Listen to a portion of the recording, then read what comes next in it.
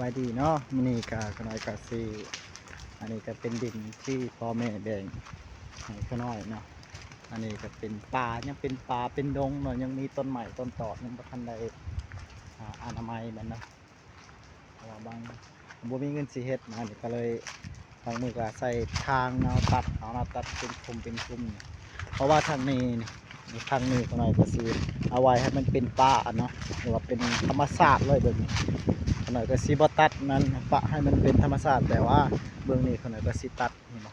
เบื้องนี้ขน่อยก็สิตัดแล้วก็สิเฮ็ดบอนบ้านสวนนะเอิ้นว่าบ้านสวนนะแล้วก็สิเฮ็ดสิปลูกผักเลี้ยงสัตว์เลี้ยงปลาเลี้ยงเป็ดเลี้ยงไก่นั่นในสถานที่นี้ขน่อยก็สิเฮ็ดยังมีต้นไม้ต้นตออันนี้โอ้เสียดายบางครั้งก็เสียดายต้นไม้เนาะเพราะว่าช่วงนี้เพราะว่ามันไม้ก็เริ่มสิอึดเนาะ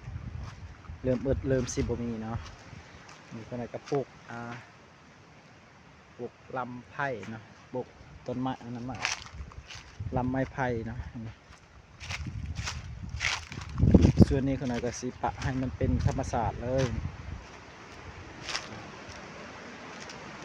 แต่ส่วนนี้คนไหนก็สิตัดเรื่องหนึ่งนะสิตัดให้มันแปลนะบางครั้งก็ให้ชาวบ้านเขามาตัดนะบางครั้งก็ให้ผู้ที่คออยากได้ก็เลยแบ่งให้เขาตัดมาเห็ดมาในตอนนี้คนไหนก็สิเห็ดมันเป็นส่วนเป็นอย่างนะ ถ้าเราบ่เริ่มก็เป็นแบบนี้คือเก่านะมันก็เริ่มเลยนะเริ่มเห็ดเริ่มสีพัฒนา